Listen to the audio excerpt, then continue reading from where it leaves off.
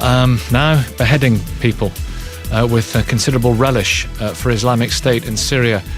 How did that happen? Who do you blame? How do we stop it? Who's responsible for radicalisation? Right, good morning. If you just joined us, it's your call. So the journey from kind, gentle, beautiful young man to this appalling, disgusting killer, beheader, so-called Jihadi John. We now know it's Mohammed Emwazi. How did it happen? Is it happening in your communities? Do you see it? We're going to speak to Afzal Ashraf. He's with me. He's a counter-terrorism, counter-insurgency expert at the Royal United Services Institute. Good morning, sir. Good morning. And we've got Akbar in Luton. Hello, Akbar, and Hassan in Manchester, who've come straight out of the traps and called us. Are you there, Hassan? Good morning. Morning. Akbar, are you there? Good morning. Good morning, Nicky. Well, good morning. Be with you. I just want to speak to Anthony Glees. Professor Glees, hello to you. Good morning. I was expecting to speak to you earlier on. Yes, Didn't get to come to. I'm so glad you stayed because our interview with the representative from Cage overran slightly. Did you see this? What did you make of this press conference yesterday? I thought it was nauseating. And because we live in a free country, I can say this even on the BBC. I think the BBC needs to think very carefully to ensure that it isn't used as a propaganda tool by people who could be extremely dangerous. What they said was nauseating, and the idea that this was a beautiful young man before MI5 harassed him and turned him into a sadistic beheader is total nonsense and flies in the face of the facts. The facts are that when Mohammed Emwazi was 21, straight after graduating from Westminster University, he tried to join Al-Shabaab in Tanzania, and it is called Tanzania, I'm told. Oh, is it? Right. He tried to join Al-Shabaab, a jihadist group. He was then his name was then passed on to MI5, who had a word with him, as you would expect. You'd want your money back if that wasn't the case. And he then went to Cage Prisoners, an organisation, as we know, which is largely run by a man called Moazem Beg, a Guantanamo Bay inmate and somebody who has admitted to giving weapons and explosives training to people. So when they say, when they came across him, he was a beautiful, poetic young man, that is simply not true. Where was he radicalized? He was clearly radicalized before he went to Tanzania, because that's why he went there. And that means almost certainly whilst he was a student at the University of Westminster. And how awful it is for people like me, at any rate, who follow this closely, not just to hear MI5 blamed on the BBC for turning a man into a beheader, but it's just a few days after 24 vice-chancellors wrote complaining to the government about the fact that the current counter-terrorism and security bill wants universities to keep an eye on their students to prevent them from being radicalised. There you have it. There you have it. Stay with us. We want more. Are you all right to stay for a bit? Yes, of course. Good. Just one thing I would say. All the main broadcast news channels took this press conference yesterday. Were At that length? No, I don't know. Were they right to take it, given that they were people who knew this man? I'm just putting that out there. Sorry, are you speaking to me? Yeah, I'm just wondering. Look, we're at war with these people. Hopefully these people have been suitably challenged. It was pretty robust earlier on. It's been robust on the other news channels. You've got to challenge these people. Hopefully we managed to do that. Well, you didn't challenge him with the important fact, which was the Cage prisoners, when they knew him, he had already been radicalised and had tried to join Al-Shabaab. It was that way round. Yeah. That's the point. Yeah. And Cage prisoners have had marvellous publicity. This morning we heard from the convert, Kerry Bullivant, kind of describing it as a personal journey of discovery. Jihadism is a wonderful thing. And as I say, my fear is that are these groups, Professor, are these groups part of the problem? I think they may well be part of the problem. And I think British people, the vast majority of British people, and it includes, as we know from the BBC's own poll, the vast majority of British Muslims, feel the time has come to blow the whistle on this thing and to stop this wave of madness, which is taking young British men off to the Islamic State. And girls and women, the three and girls as under the age of 18 over there in order to become so-called brides. They're being brainwashed, whether it's over the internet and by people we don't know. And it's clear that MI5 and the police do not have enough resources at the moment to do the job. That's where these failings lie. And they lie with government. They lie with a failure to put people under control orders. People will remember when Cameron became Prime Minister, the old-style control orders were abolished. And it's even said that Mohammed Emwazi was under one of the new so-called TPIMs and absconded at the first opportunity. Okay, listen, I'm glad you stayed to say what you needed to say, because you say free speech is what we're defending here at the end of the day, isn't it? Let's, if you'll allow me, Afzal Ashraf, I'll go to a caller, because I know Afzal wants to come in here. And that caller is Hassan in Manchester. Hello, Hassan.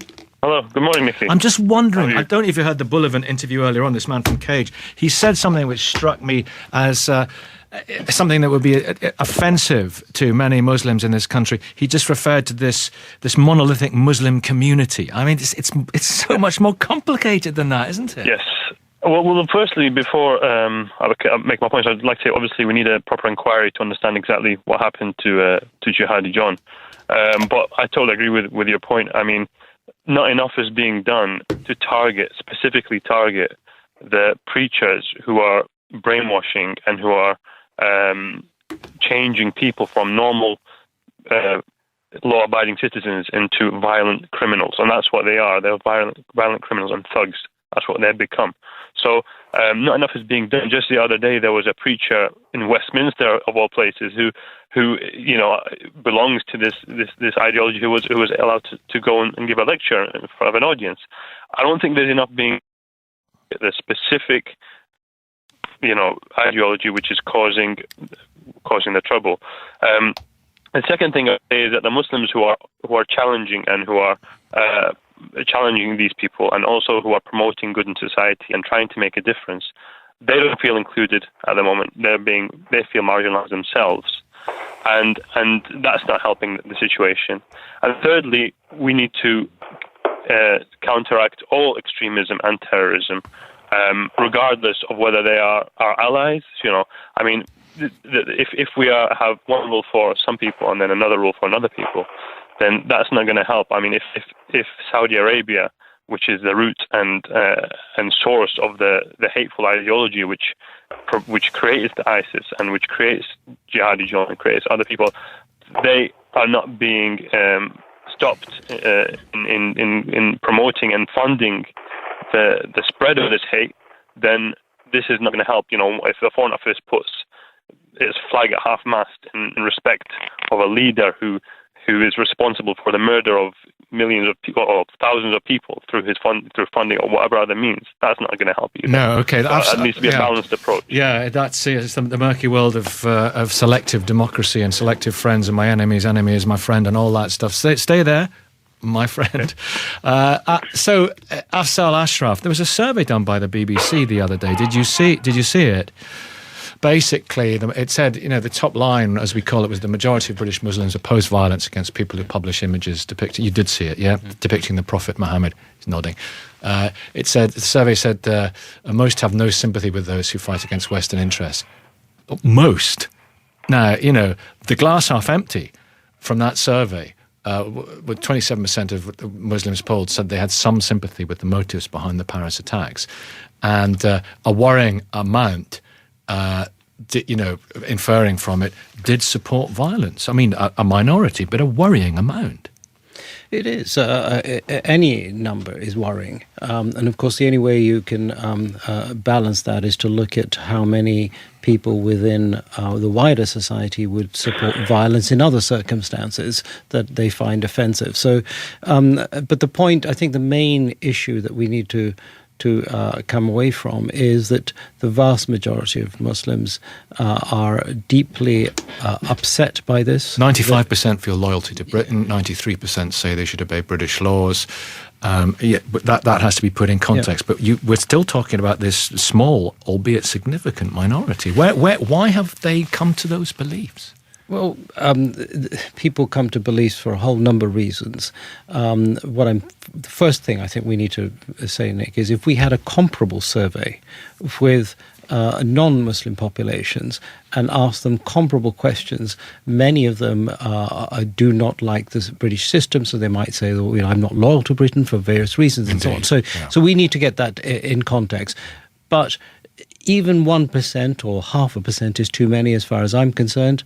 And the reason we have these people who will support violence, who will support the sort of horrible terrorism that's going on here, is because there are people who are trying to convince them that there is a better world out there if only they could subvert the system we're living under. Okay. 68% of that survey agreed that violence was never justifiable. We'll regroup and we'll get our other caller in just a second so far that I did announce, and more coming in. 0500 909 693. It's 9:18. Right, we've got Akbar in Luton. I did announce him earlier on, and I'm coming to you. And Fiona in Hull. Hello, Fiona. Morning. And Anthony Glees as well, still with us. And Anthony, I'll be back, if I may call you that. I'll be back with you shortly, and you can comment on what you hear. So, Akbar, thank you for getting in touch. Radicalisation. This particular man. Go on. Yeah, the picture that has been painted by Cage is totally incorrect. He's a murderer, and he has killed many British people and Americans and people of other nationalities. So it's very wrong on the part of Cage to put up a wrong picture out for him. I mean, here. The Muslim communities in this country need to take stock of the whole situation and accept that there is extremism within Muslim communities, and that has come about during last 20 to 25 years of activities by radical preachers up and down the country. Can I ask you, sir? I mean, are you from Luton? Is that right? Yeah, I'm from Luton. We hear a lot that there is a lot of radicalisation in Luton. Tell me about the situation in your town. Well, Luton is not an exception in any way, Nicky, but yes, radicalisation exists here in Luton, as it does in Birmingham and in Bradford and everywhere else in the country. Here in this town, the population in general is of Kashmiri, Pakistani, and Bangladeshi heritage, and they get on well with each other. They get on very well with the local non-subcontinental population, and we have excellent community relations in the town. But at the same time, there is the radicalization taking place all the time, everywhere, and the voices coming out of certain mosques and certain institutions need to be looked at. Okay, let me put that point. This is a really important point. I'll put it to Professor Gleeson in a moment. But Fiona, you have your say first of all. I was livid last night on the news. I wanted to phone in then to allow people like Cage to voice their opinion about him being. What really made me sick was to say extremely kind is the most evil person on this planet at the moment. And I don't know who Cage are. Human rights, well, I thought, the families of the people that he's beheaded and things like that, how insulting for two men to be on television, really, I think, sympathising with him. They sympathised with him, in my opinion, and they should not be allowed a voice. It's disgusting to make any excuses for some evil person. Don't we celebrate free speech in this country? Well, it's free speech. No. Free speech, well, we don't have it, do we? We can't say what we want. Some facts that are never spoken because you daren't, because you might insult somebody. But I was insulted last night when British citizens have been murdered on, not on television, but on the media. Well, on the media with the videos. Yeah, with the videos. Afsal, I'm livid. It's disgusting. I can hear you livid. A lot of people are livid. Afsal, you want to come in? I think you're not alone. I think one of the things that came to mind was, if this chap was so gentle and beautiful, how was it that he was able to slaughter two very gentle and beautiful people such as Alan Hemming and David Haynes, who personified their gentleness and their beauty by going out, sacrificing their own livelihood and their own comfort to help Muslims in Syria who were in a dire situation. So I think the only thing good that's come out of this conference is that we have laid bare what really motivates these people in Cage. They have no understanding of what gentleness and beauty really is. Okay, Professor, what about these 3 young girls who've gone out there? Do you have sympathy for them? Their plight? I don't. Oh, you don't, Fiona? No, I don't. You don't. Why not, Fiona? But Professor Gleeson, you're still there? We've just lost Professor Gleeson. If you make excuses for every crime that everybody does in this world, there'll be nobody in prison, would there? If you look for an excuse, you can't look for the good in people when it's not there. That person who did that, he'll be loving this because he's on the media. The media, I would say, you can't blame anybody else but him. But giving this, coverage, and them 2 people on television last night, it made me sick for them to say extremely kind with a smirk on their faces. Okay, Wajid in Newcastle. Fiona's angry. What about you, Wajid? Hi, I think there's a couple of things here. One is a crime is a crime, yeah, and murder is murder. And it's horrendous what these guys are getting up to wherever all this stuff's happening. But I think the issue that we're having is this polarization of that as a Muslim, I am happy for this to happen. No, it's not true at all. I've got kids, I've got family, and if anything like that happened to them, I'd be just as gutted and as devastated and I would want justice. Now, the issue we've got is you're polarizing the young people. Now, these young 3 girls that have gone over to Syria, I mean, it's delusional what they think they're going to achieve there. But the reality is that the more the community is polarizing them and pushing them out and saying, you lot are strange, you lot are weird, you lot do this, you lot do that, when the majority do not actually do that, but the whole of the community is being scapegoated and being blamed as the boogeyman, as a problematic. How is that happening? When you say the whole... Well, as I said earlier on to Bullivant, it's communities. And this is very... there's lots of different communities, lots of different people with lots of different views. But how do you think they're being, by people... Well, Bullivant lumped them together earlier on. But do you think people are pointing a finger which lumps everybody together then? Well, you've seen it yourself, Nicky. What are you talking about? You see it happen all the time. This lot, the Muslims believe this. You said it before in those statistics. 27% feel that that's a big percentage. Let me tell you, 0.001% is percentage too much that believes in any kind of violence response. But it's happening all the time. But the issue you've got is, especially with these 3 girls, they went on Twitter, they would communicate with somebody, and you had the head of security saying, well, if you followed everybody. Well, the reality is you shouldn't have to follow everybody. The reality is, if you make people open, give them places where they can actually discuss, and you can de-radicalize people through open discussion, not persecute and polarize people and push people into corners, you're not going to end up with this sort of thing. It's the same with people who come out of the prison service, who can't get jobs, can't get back into work. The same thing happens again. These cycles only escalate and push further out. Strong point. Let's put it to Professor Glees. I think we lost you for a moment. We got you back. Persecution, Professor Glees. Well, I think that, there is no persecution. Many people would say this problem has achieved the magnitude that it has today because we have been so concerned to let the idea that there could be separate... You know what? Listen. See, Professor Glees here is talking about this whole colonizing... You're interrupting. No, but I am going to have to interrupt because you know what? You're just being very rude here. The rules of the game are that we listen to what Okay, I'll set the rules. I'll set the rules. If you don't mind. Both of you be quiet, please. Professor Glees, I'll be with you in just 1 second. Do stay there, and then we'll hear you out. But let's just explore this a little bit more, and then we can focus on what you want to say to him. Wajid, are you still there? To the side. Wajid, are you still there? Yes, I am. Right. Answer one question. Have you got personal experience of feeling pushed out and victimised? Yes. My husband has as well. No, but that's not the point. No, Fiona, no. I want to hear from Wajid. Have you got personal experience? No? Well, of course I have. I've got vast amounts of experience that I can say that, but it hasn't radicalized me. It hasn't pushed me to go down a certain route and do certain things, and that would be stupid. Of course, What happened?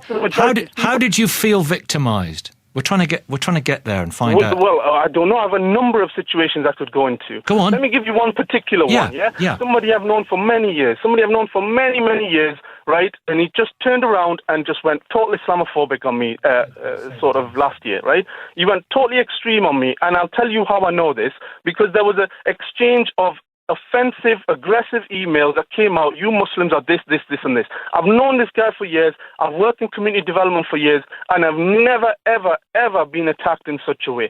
And it really shook me down to the core, because it really made me think, oh my God, am I really like this? I showed those particular emails to some people who work in the police force, and they said, if you are ready to press charges, Wajid, we have enough here to call this a racial attack. Right, Professor Glees, a lot of people feeling Islamophobia, a lot of people feeling threatened. These three young schoolgirls have gone out there. I'm going to listen to you, we're all going to listen to you, and you're going to be uninterrupted, Anthony. Well, I'm used to being interrupted. I'm a professor. All I would say is that, yes, people do feel victimised, and I can understand that. And each of us may feel victimised. You at the BBC may feel bullied and victimised. But that misses the point. As your caller said, he feels victimised, but he's not turning to jihadism.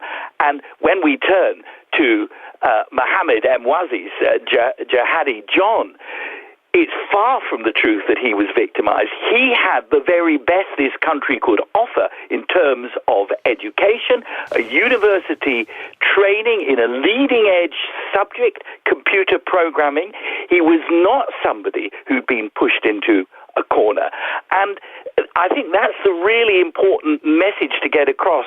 Over 50% of people who turn to jihadism are people who've had the benefit and the privilege of higher and further education in the United Kingdom. That doesn't mean they're not feeling alienated from mainstream society. But my meaning is that everybody can feel alienated. It doesn't turn them to jihadism. Now, that's not an argument for saying one shouldn't try to address alienation. And if you ask me about that, I would say what has contributed to alienation is the fact that Muslims have been, British Muslims, of whom, let us stress again, the vast majority want to be British, have been allowed to stress their separateness. It's been self-imposed.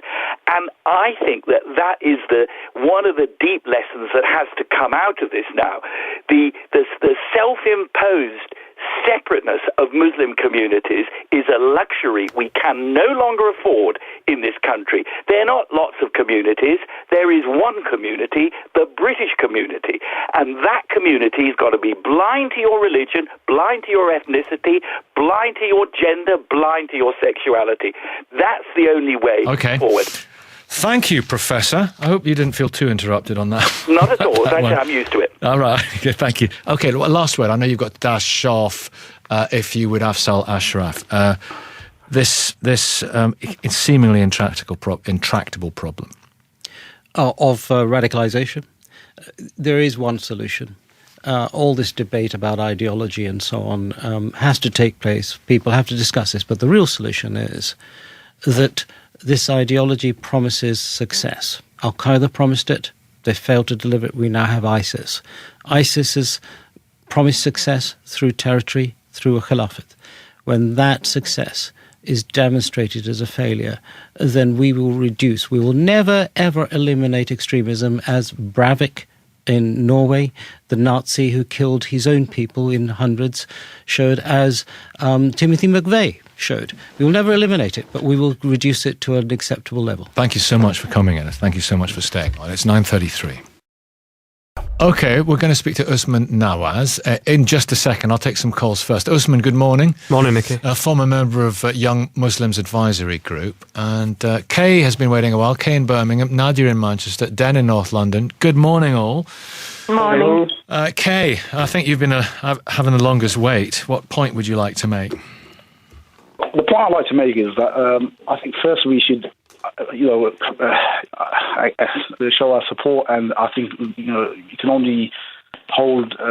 There's always described the reaction of the family, of these people who have been murdered, who said that, look, we need to capture these people alive. And I think that, that's such a powerful message, because that would enable us to promote and to help de-radicalize communities in a number of ways. One is by capturing them alive. For example, it allows us to promote the rule of law, which shows that we're a civil and not a barbaric society, and that our state apparatus doesn't just act as judge and jury and execute people wherever they find them in the world, and that our media isn't just judge and jury. We decide by the media, okay, that's it. These people deserve to be shot dead, and that's it. By bringing them to a rule of law, we can then show the grotesque nature of these people and how, for example, they, many Muslims all around the world, when Mr. Henning was murdered, voiced their opinion and said that, listen, we don't want to, that this shouldn't happen, right, and it's wrong, but they totally ignored that. So it would allow us to show how different.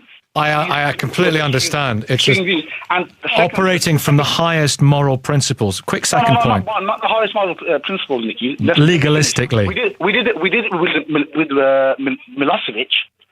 Milosevic was, responsible for genocide in Bosnia. We brought him to The Hague, to stand trial. I just wonder if I want to make this point. I want to make this other people. Yeah, he was responsible for the massacres in Srebrenica. Yeah, and so forth. We're over 10,000. I understand that, but people would say, is it right to give this man the status of a war criminal? Let me go. It's other people to hear from. You've made your point. You made a very good one, a very powerful one. But let me hear from other people too. Nadia in Manchester. Oh, good morning. How are you? I was listening to the professor and the young man, and he was talking about victimization, and it was a heated argument. It's natural for humans to be upset with people who they've invited in their homes, and then do, things like that. For instance, I can give you a very good example. When Somalia had civil war, they were welcome in Kenya. And then the Al-Shabaab bombing, the American bombing, how many Kenyans lost their lives? And now, yes, there is Islamophobia. It started with them against Somalis, but now it's extended to Islamophobia because the same Al-Shabaab recruited young Muslim boys who had no job, who are not educated, and some of them are part of this victim of this ignorant person who has been behaving people.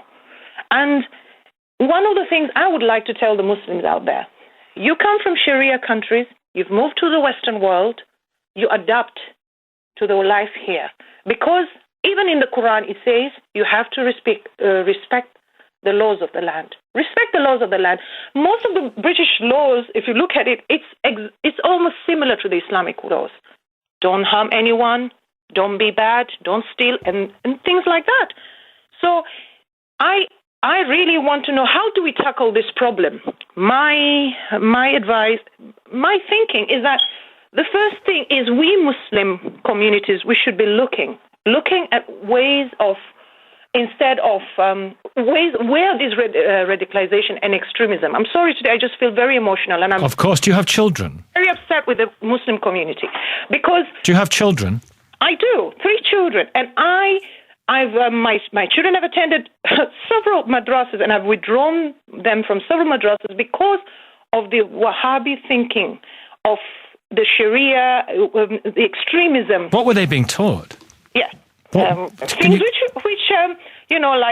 if somebody says this, they'll go to hell. There's no way, for somebody who does not accept your ways of life. How old were they when they were taught that? I would say 5-6 years. What? Yes. So these are the things we have to look at this. And also another thing is that I look at the Muslim community. I'm an African and I've come to this country and I see there's Pakistani mosque, There's Arab mosque, there's African mosque. Why are we not together? We have a problem. And also we've been having these issues, the ISIS. I've not seen any Muslim having rallies and saying, no, we're not accepting it, except women. And then women are told, oh, don't say it, don't rock the boat. Well, this is the time now to rock the boat. And, I come from a place where my children are not experienced the way I was brought up. I come from a place where my parents exposed me to Hinduism. I went to a Catholic school. I know Judaism. I know all the other religions, and I also know Islam, and I respect them. And I've been around different kind of people in my life, and that's why my house is open to anybody. I never judge anyone, and these are the ethos I'm bringing my children with. What you said is really interesting. Please stay there. Unfortunately, please stay there. I just want to get. I want to keep you on the line because the fact that you withdrew your children from madrasas is really interesting. But stay there. Other matters, but I will be back with you, Nadia. I promise. Usman Nawaz, former member of Young Muslims Advisor Group. What's your reaction to what Nadia is saying? Just on the point of, in terms of the Muslim community has not been speaking out loud enough, in the point that she made there about there not being rallies and stuff, I think the Not In My Name campaign has been fairly prominent. People have rallied and spoken out worldwide about the atrocities, and that's what they are, that ISIS have been committing. In terms of her wider point about education within mosques and madrasas, I completely take that on board. I think that we do need to have coherent curriculums within our mosques. We need to have some national standards as to what is taught to young Muslims when they do go to mosque. Is it appropriate to teach a 5-year-old that they will go to hell? No, it's not appropriate to teach a 5-year-old they would go to hell. And she made the point about the Wahhabi ideology. This Wahhabi ideology is funded by the petrodollars from Saudi Arabia. So it's something which has a lot of money behind it, a lot of power behind it. A lot of mosques are established with funds, coming over from the Middle East, and therefore it is their version of the religion which is propagated. In terms of, on this wider issue of Jihadi John and what Cage has been saying, I was, as Professor Glees and the others have said today, absolutely disgusted by the news conference yesterday. And, it seemed to me that Cage were blaming everybody except for this Jihadi John, Mohammed Emwazi himself. They were blaming the security services here, they were blaming the authorities in Tanzania, the fact that he was barred from returning to Kuwait. All of those things may have happened, but that does not radicalize a person. Barring entry to a country is not something which radicalizes a person and takes them to the point of beheading 6 or 8 people. That is just absolutely preposterous. And I'm quite glad, the Rough Ride, that you gave the Cage spokesman earlier today. Stick around. And Nadia, I'm going to come back to you as well. We're going to regroup in a second. Are you still with us, Nadia? Cross fingers she is. Yeah, good. And let's get Sam in Cambridge on. Hello, Sam. Very good morning, Nicky. How are you doing? Very well, thank you. So what do you make of all this? Did you see that press conference yesterday? I didn't actually. I only noticed, I heard it on the radio this morning. And it's a good job I don't, because I told my wife not to mention anything to me about these terrorists. I don't want to call them names. I get annoyed and frustrated. I'm a Muslim, but I'm a moderate Muslim. And I get so annoyed and frustrated and sometimes ashamed when these people do things in the name of Islam, because certainly they're not doing it in my name. I get very annoyed when they're called jihadists, because they have nothing to do with Islam. They're nothing to do with being jihadists. They're nothing but murderers, terrorists, low-key people. And I think the media really has got a lot to do with it in that aspect. They keep referring them to jihadis, Muslims. They're nothing to do with Islam. Islam is the most kind, the most flexible religion. One of the followers of the Prophet Muhammad afterwards, he said, you do not judge Islam how they treat Muslims. You judge Islam by how you treat non-Muslims. Now, who gave them the right to go and start cutting people's head? You call this as jihadis? They're doing this in the name of Islam? They're nothing but terrorists, and that's how they should call them. Just terrorists, murderous people. And I think the Muslim community, and I say in people like looting, whatever, because most of these people are from Pakistani or Bangladeshi. They need to do more. They need to come out in the mosques on the Friday after the Friday and in other media options or whatever to start telling these people this is not Islam. Islam doesn't give you the right to go and start killing people in the name of Islam. Let me put that to Usman. The problem is, if you say, there's lots of people, innocent, law-abiding British people, saying, why should I justify myself? Why should I say, I'm not a terrorist. I have no sympathy for these people. It's an imposition on a lot of people, isn't it, Usman? It is. Yeah. No. I mean, and I've said previously that, these people, ISIS and their followers and people who subscribe to them and people who go out there and fight are not representing Islam, and they're not representing the Islam that I know. So I'm not apologizing for them in any way at all, and I'm not defending their actions, but it has to be that the Muslims present to the world and locally to this country what Islam is actually about. Osman, why are you talking about the world? I'm talking about here, because most of the people are in there are from here. So the Muslim community here need to do I absolutely agree with you. I absolutely agree with you. Yeah. Themselves and myself, because I don't like to see it in the paper every day. These people refer to as jihadis. What's it got to do with jihad? I'm going to come back to Nadia in just a minute. I think there's a question I'd like to put to you, Usman, as well. It's difficult, though, isn't it? Sometimes you hear, people reacting to these atrocities and saying it's a terrible, terrible, awful thing, but. And there's a lot of buts, and then we hear the caveat, don't we? But you've got to understand foreign policy. You've got to go. We heard it with the Charlie Hebdo murders as well. Well, it's terrible what happened, but it was and it's like I don't know.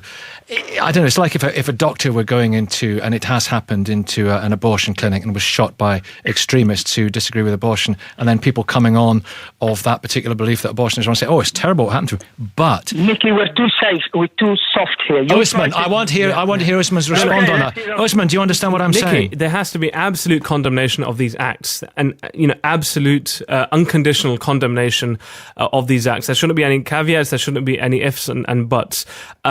There is no justification for the murders of the journalists in Paris. There's no justification for the beheadings of the aid workers and others, and journalists and photograph journalists in Iraq and Syria.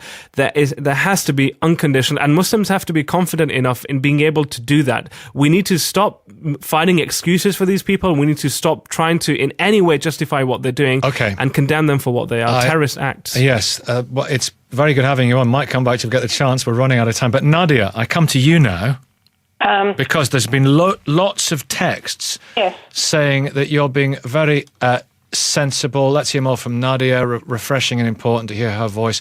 What a fantastic! I'm reading you some of the love here. Fantastic to hear from Nadia. Another one. I love what Nadia is saying. Another one. Nadia is extremely correct and speaks absolute truth. Nadia, we've got not a lot left, but I'm going to give you the platform again to say what you feel you need to say. I spoke to you a couple of months ago, and I told you my best friend was killed. He was an imam in Kenya for so many years, and he actually helped the youth to try and stop taking drugs, especially in Mombasa, and not to be radicalized. And they killed him. These extremists killed him. So I'm giving them a word out there. I am so against them, and I will do anything to expose them in any way in this country or even abroad. The thing is, we as Muslim community, we should stop now talking soft. We should keep culture away from religion. We should keep culture away from laws. And we should all get together. And not only men, engage women. Muslim women are very intelligent. Muslim women are very outspoken. But because of culture, we are told not to rock the boat. Well, it's time now. We want to be engaged in politics. We want to see more Muslim women in politics. We want to see more Muslim women in policy making so that we can engage, so that we can tell our children this is right and wrong, so that they can. Right now, my son is asking me a lot of questions. He's now 9. And I don't know, with all these Muslim organizations which they get money funded by the government, where can I take my son to be explained that extremism is wrong, this is the right way of Islam, this is the correct way, and this is the right education of how to be a good citizen. I can't find a place like that, to be honest, right now. if I look for a place for my son, I can't find a place. So now I'm asking all these organizations, let's not stop. Quaylam and the rest of them, they come on TV, they talk and da-da-da. Yesterday, that gentleman, he was so sympathetic towards this guy. Yeah, he was nice then, but now he's not nice. And probably he wasn't nice, because if you're not nice before, you're even not nice now. So it's the way you were thinking. Thank you, Nadia. You had the last word, and I think it's appropriate that you did. And thank you so much for calling us. We need more is stopping culture. We need to stop ignorance. We need the new generation should be more engaged, because the old generation are very quiet. Nadia, we're out of time. Thank you. Thank you very much indeed. Thank you for listening. Have a great weekend. Thanks for all the calls.